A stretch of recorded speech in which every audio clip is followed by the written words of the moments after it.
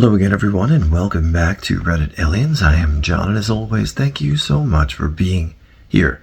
A good, tough topic for you today, guys. Let's do it. Redditors who have accidentally killed someone, how has it impacted your life? Please remember to like, share, hype, ask and listen for shoutouts, and subscribe. When I was 16, I was going home from work late at night and needed to swing by the gas station. I was getting ready to make a left turn into the station and waited for a few motorcycles to pass as I looked down the road to clear the turn and saw a single light from a motorcycle about a mile away, so I went ahead and made the turn.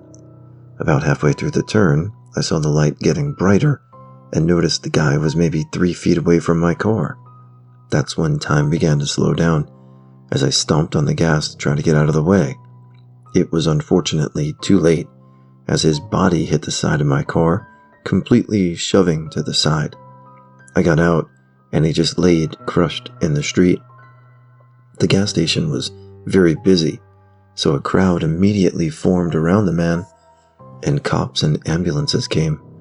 He died a few hours later in the hospital. After the accident, I just sat on the side of the road, thinking, well, I'm going to prison. I just killed a dude. Very much in shock, and a bystander came up to me and said, "Do you see what you did? Go see what you did." I wasn't really responsive at this time. After detectives came and talked to people, I found out the guy was going well over 150 miles per hour on a bike, trying to catch up to his friends. And when I pulled out, he didn't slow down, but apparently ditched his bike, and only his body hit my car. Turns out, if he stayed on his bike, he would have missed me completely.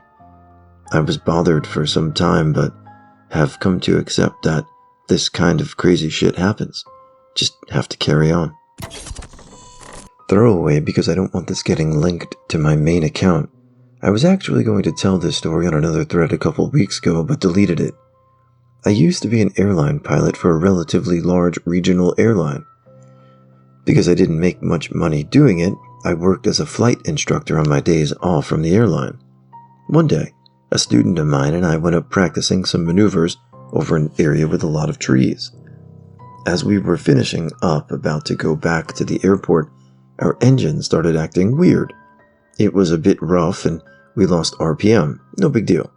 I figured we were just running the mixture too lean, so I enriched it and had no improvement. I started heading toward a field we passed a couple miles back. It wasn't big, but it was our best shot if things got worse, as the airport was something like 15 miles away. The engine only got worse. I was having trouble maintaining altitude, and I radioed in a mayday call with our position. Eventually, the engine died completely. I tried a restart, but nothing worked. As we were lining up our final approach, we made sure the airplane was secured and all that. Turns out, the field was a lot smaller than I thought. We touched down, and it was extremely rough. I had a lot of pressure on the brakes, trying to not lock them. The trees were coming up very fast, and I decided we weren't going to stop, so I tried to get the airplane back on its front wheels and slam on the brakes to make it flip so we could at least stop.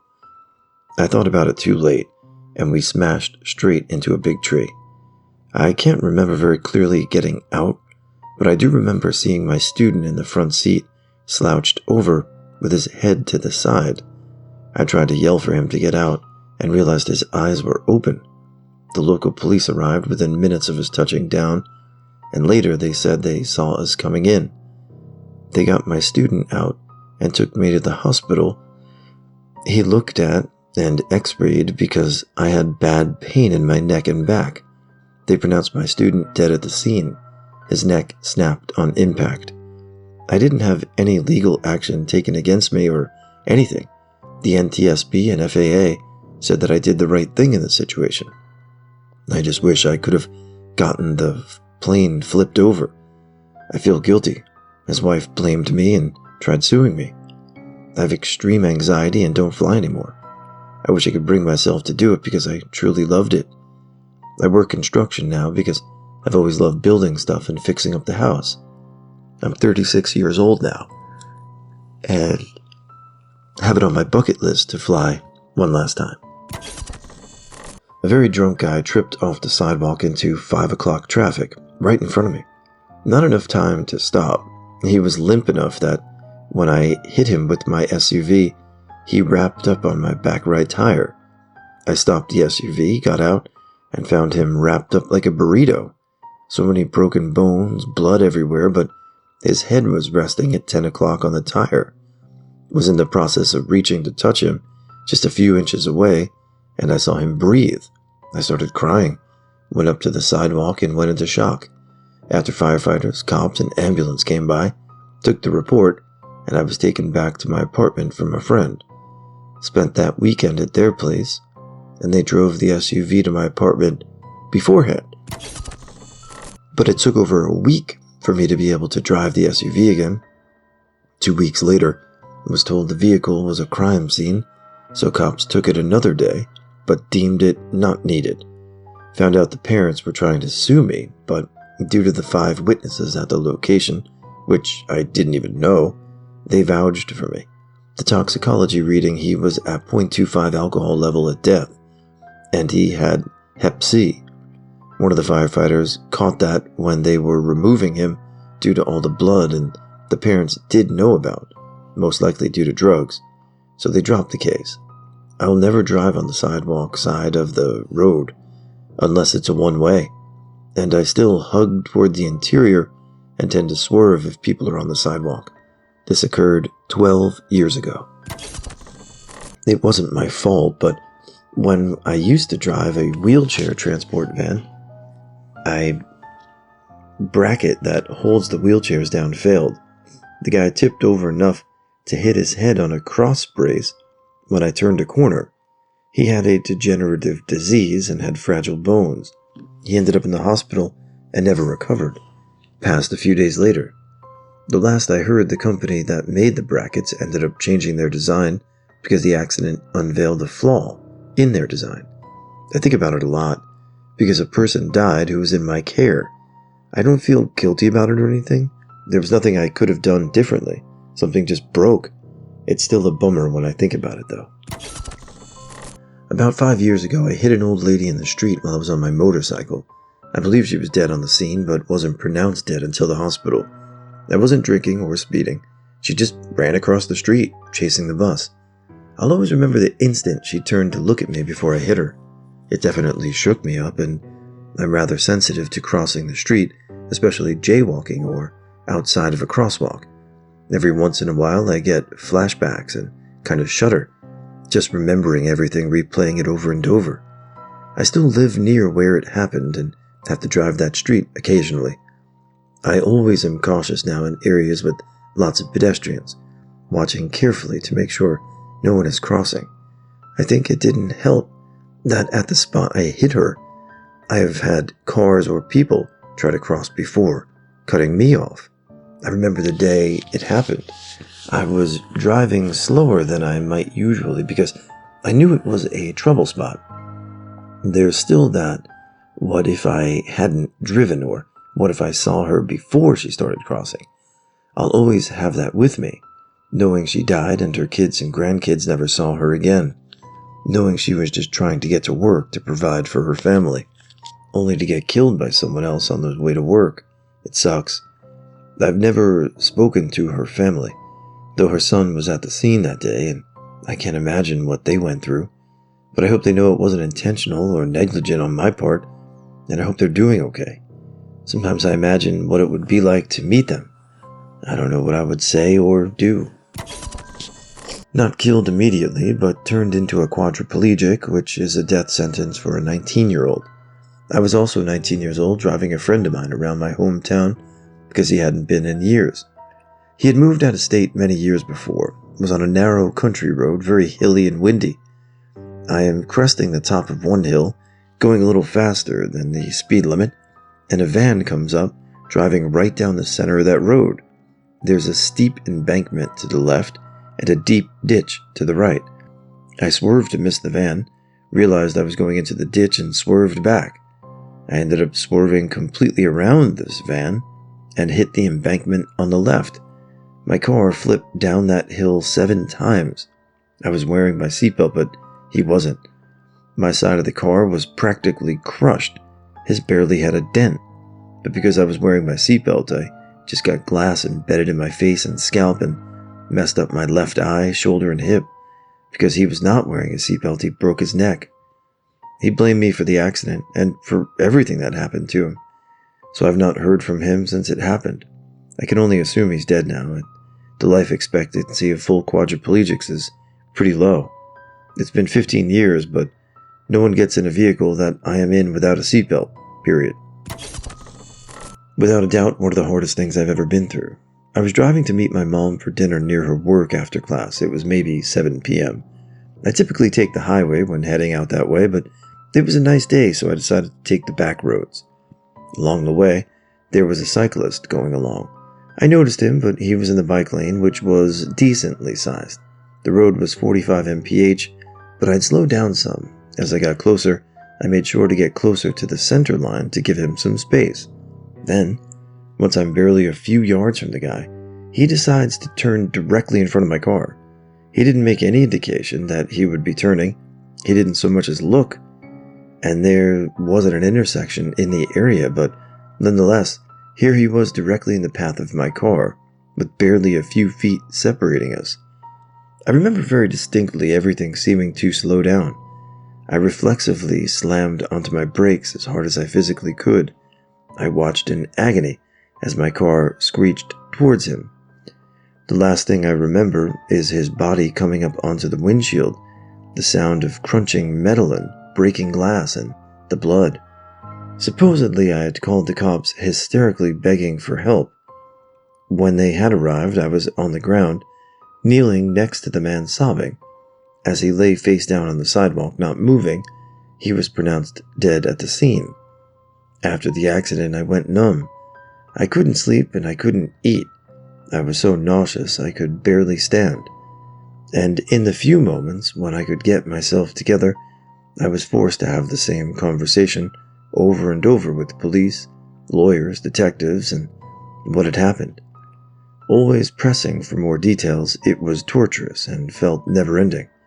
Months later, after the investigation was concluded, I learned that the cyclist, apart from not wearing a helmet, was a homeless drug addict and was likely high on heroin at the time of the accident. But that didn't come out until months after it had happened. It had been published in the local papers that a cyclist had been killed in a car accident. It was a big story for the town, and I saw it everywhere online. I know I shouldn't have, but I would read the comments people left on the article, all saying things like, the driver was probably texting, it's so unsafe out there for cyclists, and other things insinuating that it was my fault. I internalized it, even though I'm absolutely certain I was paying attention. Part of me keeps thinking thoughts about how I might have looked down at some point to perhaps adjust the radio, and I didn't see his signal, that I missed my opportunity to avoid this. Now, somehow it was my fault. For a long time after the accident, I was very far from okay. I was dependent on sleeping pills to get any sleep at all, and my appetite dwindled. Every time I got into a car, even if I wasn't driving, I felt panicked. A few years later, and after a lot of intensive therapy, and now I'm mostly okay. I still have occasional nightmares, and can remember the sounds like it just happened. I haven't fully forgiven myself for it, and I'm not sure if I ever will, but it doesn't stop me from living my day-to-day life anymore. Alright guys, first of all, thank you for all the Halloween well wishes, but I also want to send a special belated birthday shout out to Mark Jackson 816 and also Epic Man 293. Thank you, man. You've been listening since you're 13 and you're 19 now. Now you can vote and serve in a war. I hope everything's going great for you guys. Hope Halloween was fun and safe for you who celebrate. And I'll see you guys tomorrow for my birthday.